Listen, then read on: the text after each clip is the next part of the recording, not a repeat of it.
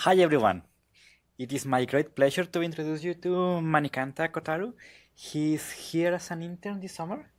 He's working with Manya Krishna and I on a wireless project for VR, and he's going to talk today about his work at Stanford with his advisor Sachin Katti on position tracking for VR using commodity Wi-Fi.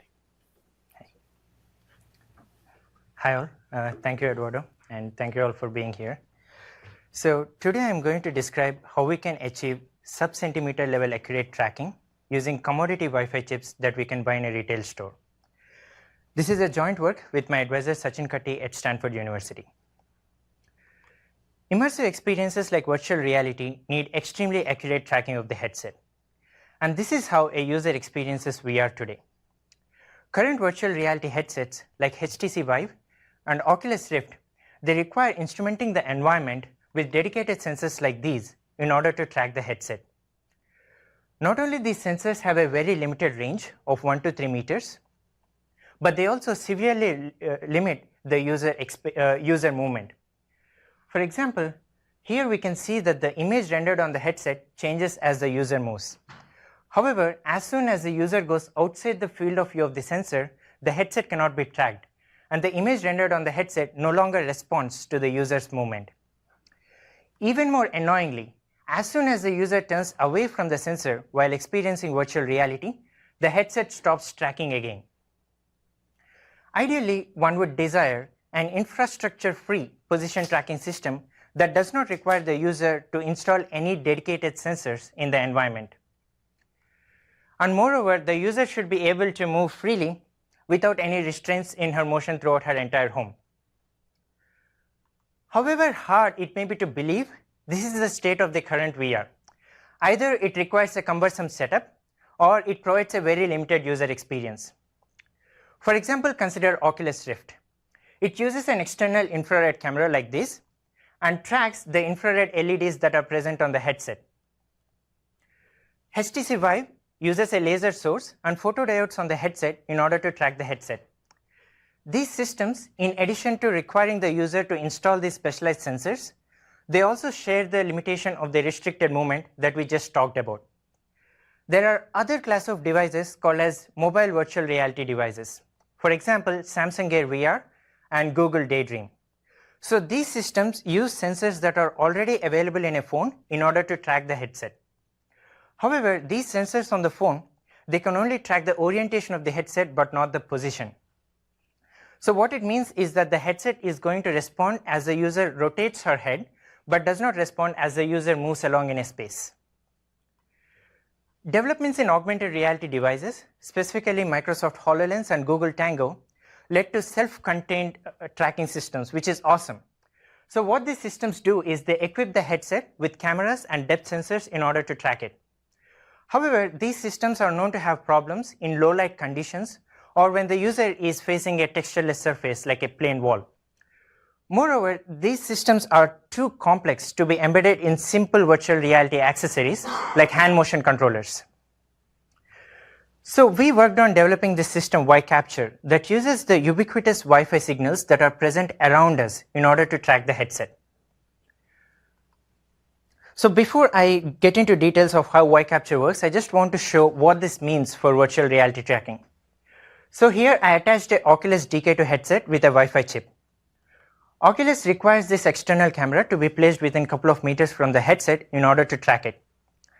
However, the Wi-Fi access points that are tracking the Wi-Fi chip, they are located much farther away at the corners of this 6 meter by 6 meter room. So here to the bottom right, I'm showing the actual experiment I'm performing, that is how I move the headset. Here I show how the trajectory estimated by Wi-Fi, and here I show the trajectory estimated by Oculus. In all these diagrams, I also show the position of the Oculus camera, and the dotted line represents the field of view boundary of the Oculus camera. So as I move the headset, we can clearly see that the trajectory estimated by Wi-Fi resembles the trajectory estimated by Oculus pretty closely. However, unlike Oculus, Wi-Fi based system does not require the user to install any dedicated sensors at all. Now I'm going to conduct a similar experiment as before. However, initially I move the headset outside the field of view of the Oculus camera. Wi-Fi, being a system which has no field of view limitation, tracks the headset without any issues. However, Oculus starts tracking the system only once the headset is inside the field of view of the camera. Now finally, I am going to show an experiment where the headset is turned away from the camera. This represents a scenario where the user is turning away from the tracking sensor. Here, for the entire duration, Oculus has no idea what is happening, whereas Wi-Fi just keeps on tracking the headset without any problems. Now some fine details. If we look at how a Wi-Fi chip works, it is very similar. The equations look very similar to how a time-of-flight camera like Kinect works. So in a time-of-flight camera, there is a light source which sends a reference sinusoidal signal. The camera correlates the received signal with the reference signal in order to obtain time-of-flight camera image. From the phase of this resultant signal, one can then obtain the time-of-flight information, which is the time taken for the signal to reach the camera from the light source. Even in a Wi-Fi system, at the start of each Wi-Fi transmission, the Wi-Fi signal source is going to send a reference sinusoidal transmission. The Wi-Fi chip at the receiver, it correlates the received signal with a reference signal in order to obtain this quantity called as channel state information. So this channel state information, or CSI, is similar to an image obtained by a time-of-flight camera. Here I just want to mention that this channel state information is calculated by every Wi-Fi chip that there is for every Wi-Fi transmission that it listens to. And we intend to get time-of-flight information from this channel state information quantity. Now let's say we equip a virtual reality headset with a Wi-Fi chip and it is listening to Wi-Fi transmissions from an access point. Now as the headset moves, the time of flight from the access point to the headset changes. Here I represent the trajectory of the headset by using this vector delta. And the phase of the received signal changes in proportion with the time of flight. Specifically, the proportionality constant is 2 pi times the Wi-Fi frequency. Wi-Fi typically uses a 5 GHz radio waves. So what it means that even a small change in the time of flight of few picoseconds registers itself as a significant change in the phase of the received signal. This translates itself to saying that we can accurately detect even millimeter level motions of the virtual reality headset by using the Wi-Fi signals. Sounds pretty good. However, I want to mention that the best prior work. But the phase rotates, right? You only lambda, after which it will come back again. So, what do you do after that? For the lambda to actually come back over the 2 pi degrees, you have to be traveling at like 500 kilometers per hour. So you're saying that humans move so yes. slow that the so phase wrapping does not occur. The differential motions. Yep. So here the prior state of the art in Wi-Fi based positioning could at best achieve a half a meter of positioning error. But don't you have accumulation of errors in the sense that if so you're just adding differences, right? Yes. At the end of the day. So yes. Is there any way to sort of fix it? In the sense you have to correct it, right? This is like errors will keep adding up after a point of time and they'll diverge. So how do you actually make sure that you can get it back to correct? I mean, how do you correct these accumulative errors? So the corrections can be performed through localization techniques. And moreover, we can see the results, how these errors look like. We will get to the quantitative results later in the presentation. So the state-of-the-art Wi-Fi based positioning could at best achieve half a meter of localization error. And so it is a long shot to go from half a meter to few millimeters. So we are talking about a couple of major roadblocks here. So the first challenge is multipath. Given the Wi-Fi wavelength, which is like few centimeters, and typical object size in a typical indoor environment, everything is a reflector, like walls, monitors, tables, everything. So the actual Wi-Fi signal that a headset receives is the superposition of the signals that is obtained from all these reflected signals. So here I am showing the time of flight of the signal along two paths that are reaching the headset along directions R1 and R2. So the time of flight along each path depends upon the direction of the path and the trajectory of the headset. C here is just the speed of light. And the actual Wi-Fi signal that you obtain along each path is a simple complex exponential of this time of flight. So here, this represents the Wi-Fi signal that is obtained from the first path. Here we have the Wi-Fi signal that is obtained from the second path that is coming along direction R2. And the overall Wi-Fi signal is obtained as a superposition of both these signals. If one naively tries to estimate time of flight from the phase of this overall received signal, this is how it is going to look like. Although the time of flight along each path somehow looks like a headset's trajectory, the time of flight obtained from the phase of the overall signal looks very different from the underlying trajectory. So essentially, the multipath phenomenon is distorting the time of flight values. There is an even bigger challenge actually. Remember how I said that a Wi-Fi chip is similar to a time of flight camera? Well, there is one major difference. In a time of flight camera, the light source and the camera, they are co-located. They share the same clock. So the time of flight value that you are going to measure corresponds to the actual time of flight. However, in a Wi-Fi system, the Wi-Fi signal source and the Wi-Fi receiver, they are different devices.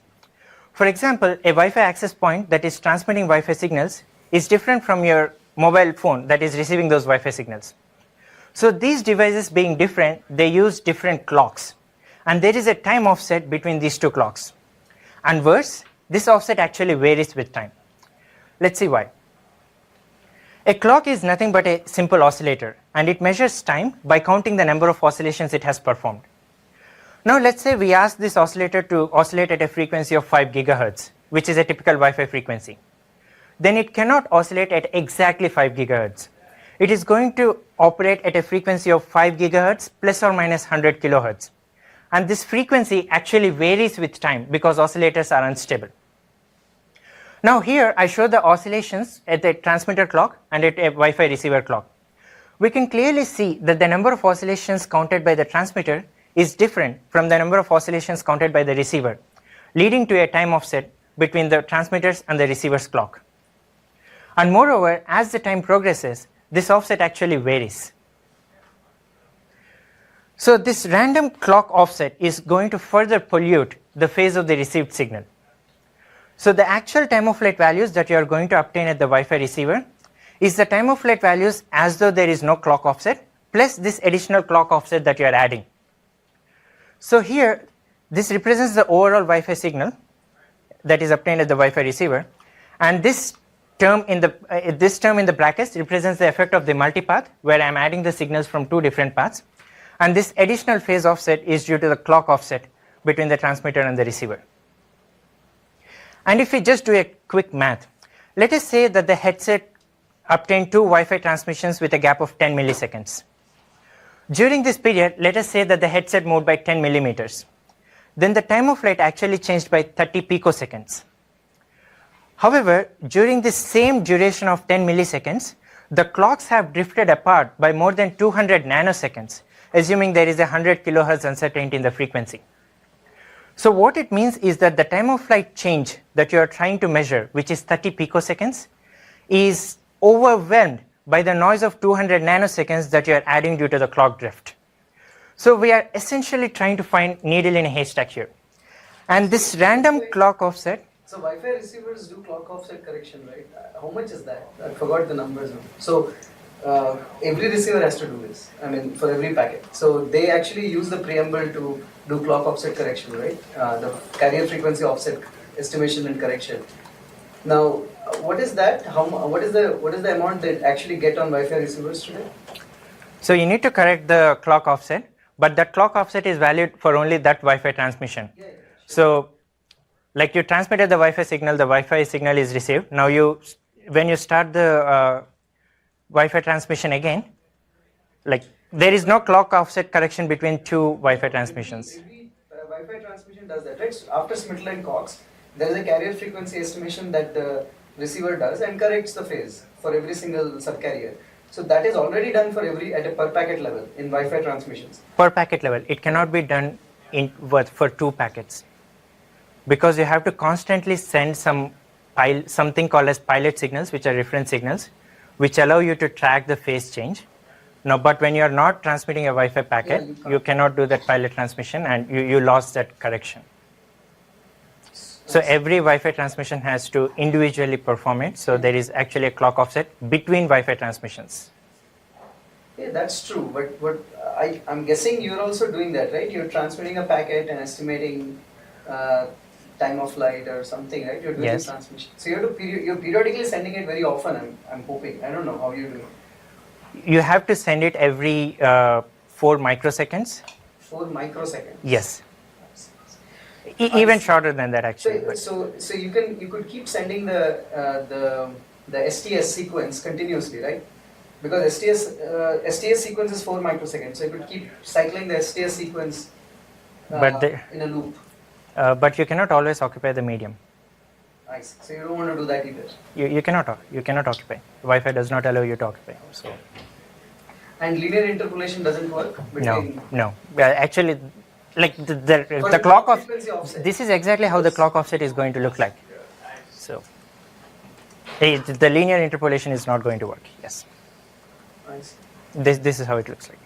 But the clock offset is because of the differences between the carrier frequencies, right? And that's changing a lot.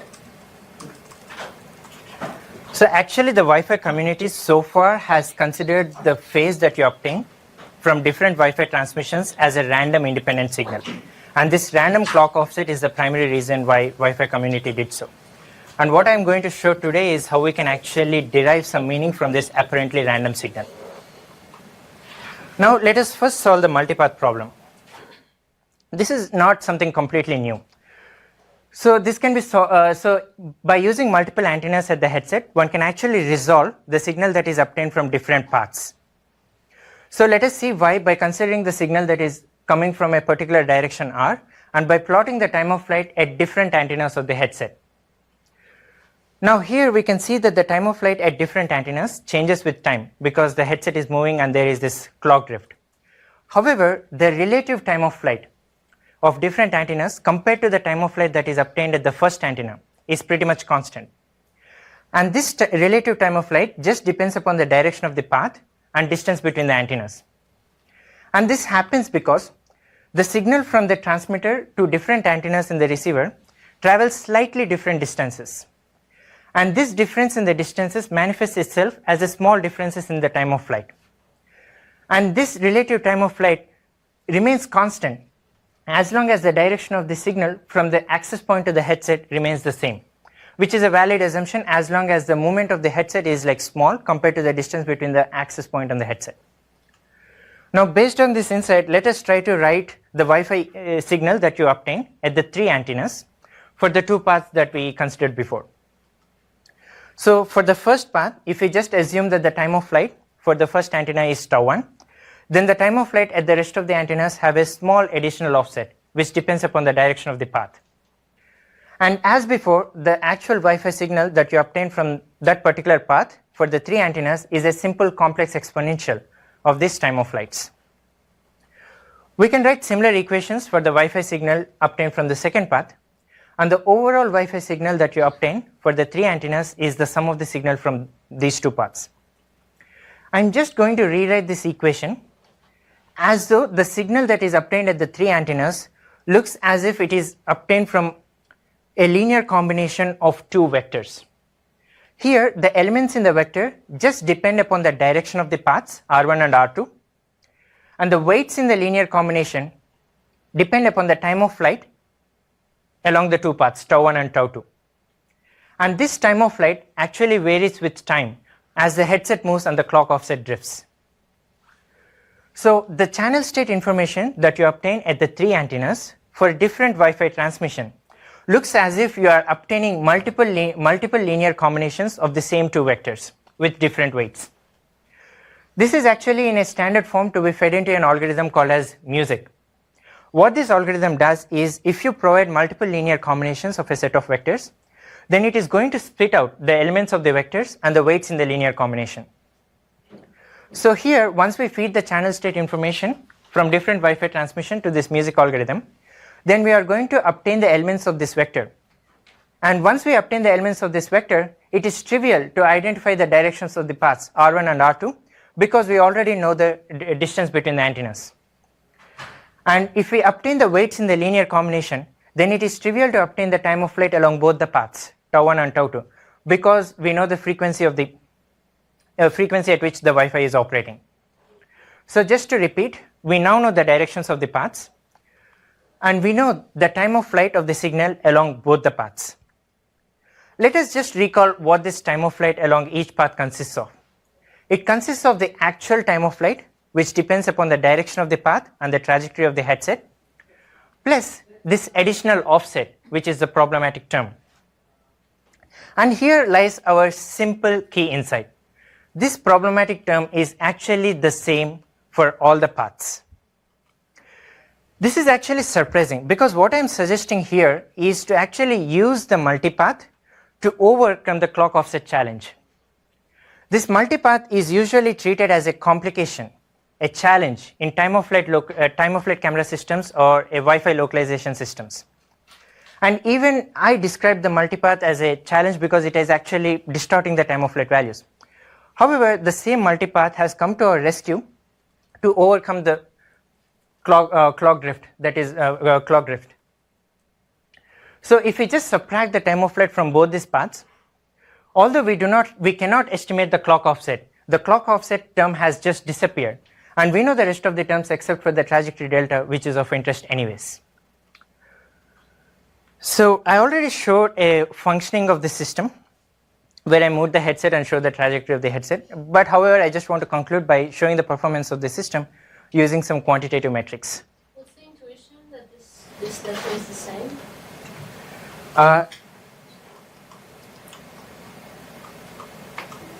The intuition for the delta is the same is, okay, we are combining the signal from both the paths, and the offset that you are adding is the same for both the paths. Because the offset is being added at the receivers, it has nothing to do with the paths. Okay. So you are sending some signal, it is traveling different different time of flight, different distances, and it is going to accumulate different time of flight. However, at the end you are adding this additional offset because of the hardware differences, but that has nothing to do with the actual environment. So it is only being added at the end. So that is They why have to arrive at the same time though. Let's say I have a measurement right now and then I have another measurement tomorrow. Would the offset still be the same? it would not be the same. So for this to actually work, these two paths should be arriving at a close proximity. However, given the speed of light and typical distances that the light has to travel, it is like 3 nanoseconds, 9 nanoseconds, very small amount. The clock offset can be treated the same for this small. Well, the typical indoor environment has 125 nanoseconds, up to 125 nanoseconds of. That is the farthest path. But consider like the farthest path is 125 nanoseconds. Right? So yeah. So to implement the system, I used Intel 5300 Wi-Fi chips, and I used a command line API available that allows me to query for the channel state information from these chips. And I placed 4 access points at the corners of this 5 meter by 6 meter room, and within by 3 centimeter by 3 centimeter area, a Wi-Fi chip is manually placed at different locations. So I actually created this trajectory within a space that measures like half a finger, and I tried to recreate the trajectory by using the Wi-Fi signals. The trajectory could be recreated with an accuracy of 1.5 millimeters. Moreover, when a Wi-Fi chip is completely stationary, the jitter in the positions that are provided by the WiCapture is just 0.25 millimeters. Both these numbers are very much comparable to an Oculus Rift DK2 headset, Oculus DK2 headset, but only slightly worse. But a Wi-Fi is providing like much more additional functionalities like ease of deployment and resistance to occlusion. So now I conducted even more extensive set of experiments. So what I did was I performed 100 trajectories and I attached a Wi-Fi chip to an Oculus DK2 headset, like in the previous demos. And here is a sample trajectory where the blue curve represents the trajectory estimated by WiCapture. And I measured the positioning error by position to position distance between the ground truth trajectory and the trajectory estimated by Wi-Fi for each point on each of these 100 trajectories. And WiCapture could achieve sub-centimeter level tracking accuracy. And this is the first Wi-Fi based system that could achieve a sub-centimeter level tracking accuracy. Just to compare, the state-of-the-art Wi-Fi based positioning could achieve a meter level median error. 1 meter level error is essentially useless for virtual reality tracking. So I performed 100 more trajectories, but here I occluded the target from the access points by using wall and furniture. Even in these scenarios, WiCapture performs a similar accuracy because these obstacles are really transparent for the Wi-Fi waves. So to conclude, I presented WiCapture, which enables sub-centimeter level position tracking using commodity Wi-Fi chips. And by virtue of using Wi-Fi signals, the system provides resistance to occlusion and is insensitive to illumination levels. And by improving upon the state-of-the-art Wi-Fi positioning by 2 orders of magnitude, this system can potentially enable applications that were previously deemed impossible with Wi-Fi, like position tracking for virtual reality. Thank you, and I look forward for any questions and feedback. So when you actually tested this, sorry, clap. Yeah. So when you actually tested each trajectory, so my question is more with the accumulation stuff that we discussed, right? So the one point, like the error that you're showing, which is the 0.25 mm or 0.5 mm that you're showing, right? That error is over one trajectory average. So you have 100 trajectories, and then you take an average over one trajectory, and then how are you doing that? How is that? For each point on the trajectory. Okay, good. Yeah. So that's what I wanted to know. So this and each of these trajectories are separate trajectories, right? You do it, and then you do it, and so on. Okay. Right. And this is the relative thing that you're measuring, because initial location is not known. So you're essentially. So if you have this, let's say 0.25 or 1 millimeter error, you will start adding that in the sense that so I don't know how quickly you're sampling this. So let's say how quickly are you doing that? 6 milliseconds, 10 6 milliseconds. So that means about 300 times or 200 times, let's say, every second.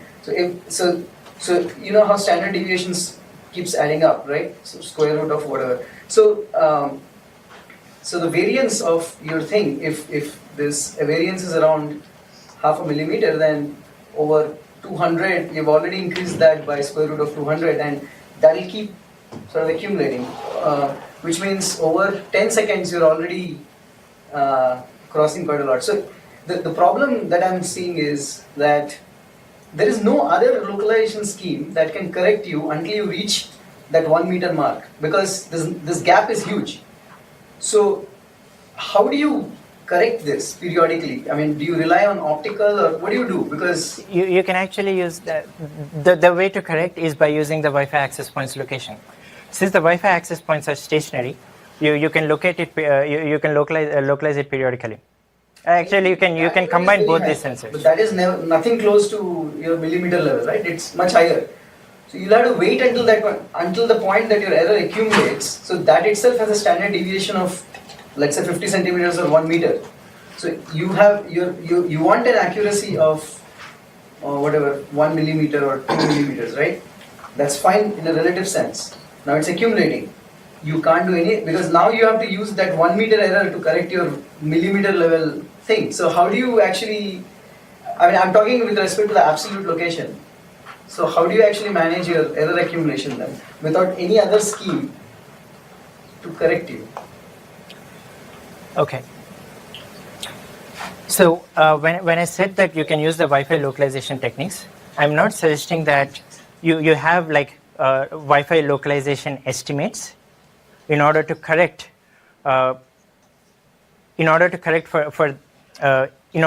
for these millimeter level errors. What I'm suggesting is, since the Wi-Fi access point is stationary,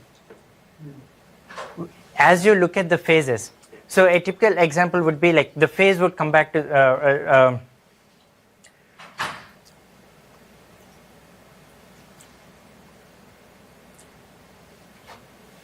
if you know the location of the Wi-Fi access points.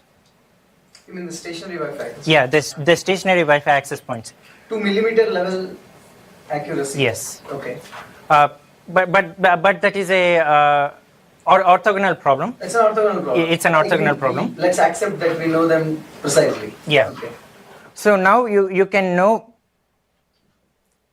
the phase difference between a known position of the Wi-Fi access point and your own Wi-Fi chip. But isn't that what you're using for time of flight anyway? For the time of flight, yes, I'm using it. Since I described the phase change to measure the time of flight difference, that is why there is this doubt whether this error accumulates or not. I mean, you are doing relative addition, so it will accumulate. Yeah. But given that the phase information between a known Wi-Fi access point's location, if you know the difference between you know the phase between the Wi-Fi access point and the Oculus headset to the same accuracy, I didn't get that. What was that again? except for the phase wrapping. You know the distance between the access point and your target Wi-Fi chip to the same accuracy, to a millimeter level, right? I mean, there is phase wrapping, so that's the only reason. That's why you're doing relative, and then you're saying That phase wrapping is on the order of few centimeters. yeah. Okay. Lambda. You can actually correct for that by knowing your distances to multiple access points. Within lambda accuracy, again, it has its own standard deviation of error. Yes.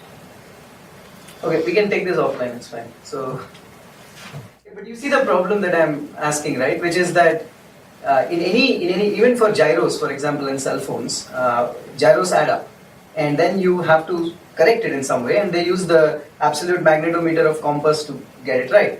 So you need some other mechanism to make sure that your accumulative errors are going down. And I was just wondering what that other, because Wi-Fi. Okay. Let me just conclude this. So what I'm saying is Wi-Fi itself is the correcting mechanism, because not only the phase difference, but the actual phase between a stationary Wi-Fi access point and your Wi-Fi chip can be measured with the same accuracy. The Wi-Fi itself is a correcting mechanism, actually. Okay, I think we'll discuss later. Okay. What's the minimum number of Wi-Fi access points that you need for this to work? So one access point is necessary and sufficient. To get these particular numbers, we used 4 access points. The actual numbers with a single access point, we will be doing an analysis and making it public. Yes. So, yeah. But so let me understand that. So with one access point, you're just getting time of arrival difference, which is just a distance. Right? Yes, for relative. The vector. So you're just getting a magnitude. Because you are getting multiple paths. So using multiple paths. So you Yeah. get the direction from music or something. So Yeah. So you get the direction from music. There is a single access point, but there are multiple paths. So you know the location of the access point, and you know the direction using music, and you know the change in. So am I understanding this right? So you know the location of the access point, you know the direction of this through music, and then you know the displacement. So you're using that direction, music direction, and the TDOA distance to find your vector, right? Is that what you're doing? Sure. Yes. Yeah. Got it. How many antennas do you need on the receiver side for this to work? 2 are necessary and sufficient. 2 antennas. We used 3 antennas because a commodity Wi-Fi chip has 3 antennas anyways. So this work by Kyle Jamieson, right? He was also using music to find, and he was using 8 or 6. And Yeah. Why did he end up? Did you do something different in the music algorithm itself, or something which? Why did he have to use 6 or 8 to get his results? Well, that is a traditional. To start with, that is a traditional positioning work that can only achieve like a meter level localization error. No. He was using He was estimating direction using music, right? He was not. So the question is, why did he need 6 to 8 antennas to get his direction accurately using music? Or Yeah. So that just builds upon my previous work. So in order to obtain this directions accurately, the number of sensors you need to have should be greater than the number of paths in the environment, right? So typically we have like 5 to 8 different paths in an environment. So you need at least those many antennas. But in Wi-Fi, the signal is transmitted not only on different antennas, but also at different frequencies. So when you also include the like 64 subcarriers, you are suddenly having like so many more measurements, so many more sensors, but the number of paths still remain the same. So by using this additional channel state information that you obtain from different subcarriers or different frequencies, in addition to the different antennas, you can actually overcome that limitation. But that is how it's going to work, yeah. So is the device connected to these? Are all these Wi-Fi access points set for the same network, and that's what the device is connected to all of them? Like, actually, in order to obtain this channel state information, the device need not be connected to anything. Say your mobile phone, it actually listens to every Wi-Fi transmission that is happening, okay? Calculates this channel state information, looks whether if the Wi-Fi transmission is disjoint to it or not, and then drops the packet or accepts the packet. So channel state information, to obtain the channel state information, you need not be connected to any access point at all. So, Cool. yeah. What happens in an environment when you have like many wireless access points that are like in the same channel, right? Like, will that decrease the accuracy of your approach? Like, I mean, like it's normally in many apartments not to have like neighbors with like 10, 15 access points, and how will that affect the precision in this case and the accuracy? Yeah, so the thing I want to mention is whenever a Wi-Fi transmission happens, the rest of the Wi-Fi chips, they just shut up. Okay. Like they listen to an ongoing Wi-Fi transmission and they just turn off their transmitter. But will that introduce delays because like they had to wait longer for transmission? Yes. So yeah, they have to they have to wait. Okay. But we are talking about like say like 10 devices trying to operate in a single Wi-Fi environment. Like the maximum Wi-Fi transmission length is like 2 milliseconds, right? The typical Wi-Fi transmissions are like much smaller than a full packet size. So what is going to happen is like you will have enough time to actually round robin, and like 10 milliseconds is actually like a current position tracking headsets, they estimate the position at like 90 hertz. So even if you get one chance to transmit every 10 milliseconds, still you're good. Right. Curious question. Did you actually try like to build that application using this system and get a feeling of how it feels to use it with like this tracking as opposed to using the built-in Oculus or Vive tracking?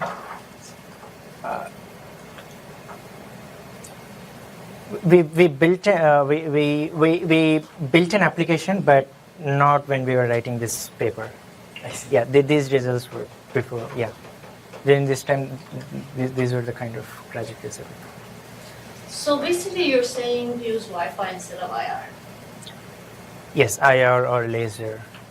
And so this begs the question of what was the fundamental reason that these companies decided to use IR? And secondly, what do you lose? Is it higher cost? It has to be, I mean, is it all flowers and roses? Or is there anything that Yeah. lose? People could not use it because till this was They're not as smart. till this one, like it's like a meter level error. Meter level error is like useless actually. So this actually changed the game by actually improving it by 100x improvement. So So are these companies jumping up and down to use this? hopefully, So I guess my question here, like, and maybe like a comment. So I believe that like using IR will give you like a more predictable error. And it seems that the error it will change depending on obstacles or. So I guess maybe could that be like the reason that like the error and the position and the latency is more predictable with IR than with Wi-Fi? the Wi-Fi accuracy definitely depends upon the kind of environment you are in, but the functioning of the system itself is independent of the environment. So yeah, the errors might change, but you also have what I did not mention in this in this talk is you're also given like estimates of the error. Oh. Okay. So that's again something that can be useful I see. when you talk about like unpredictable errors.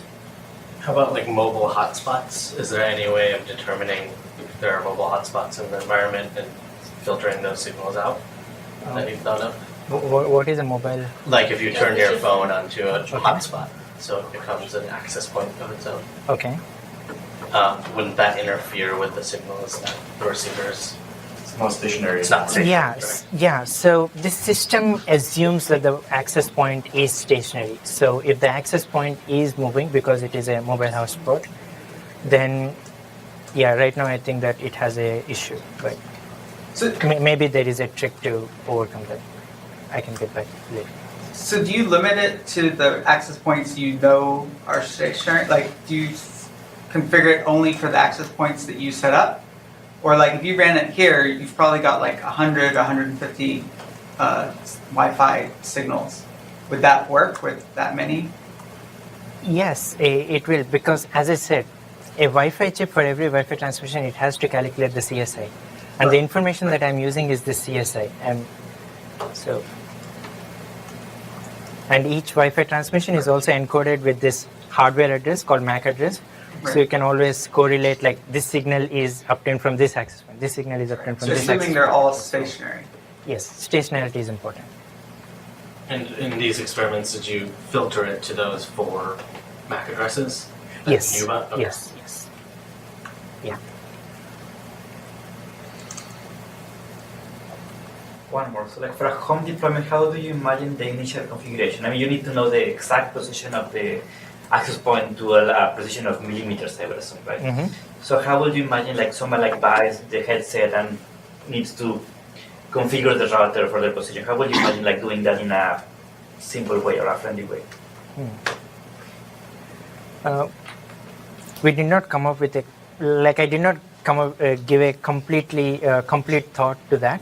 But there are works like SLAM, which kind of like simultaneously try to localize and also track your, like in SLAM, like you are trying to figure out the environment, but also trying to track yourself, like a visual SLAM technique.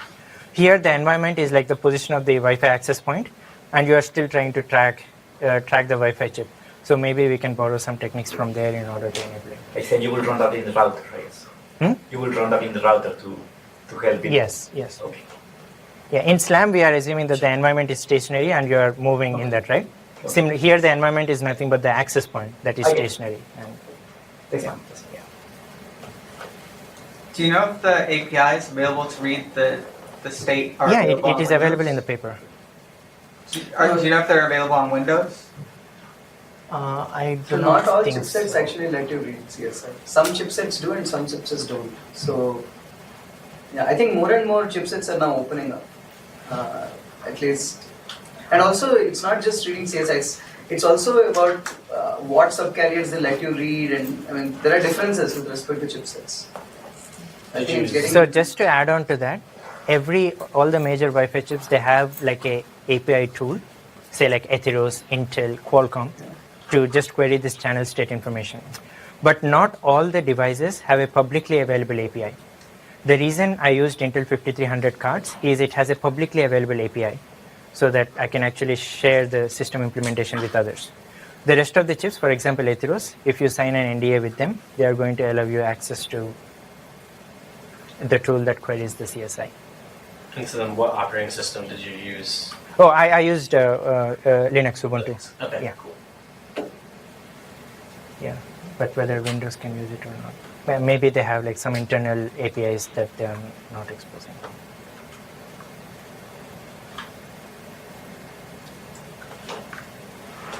Cool. Super cool. Thank you. Well, thank you.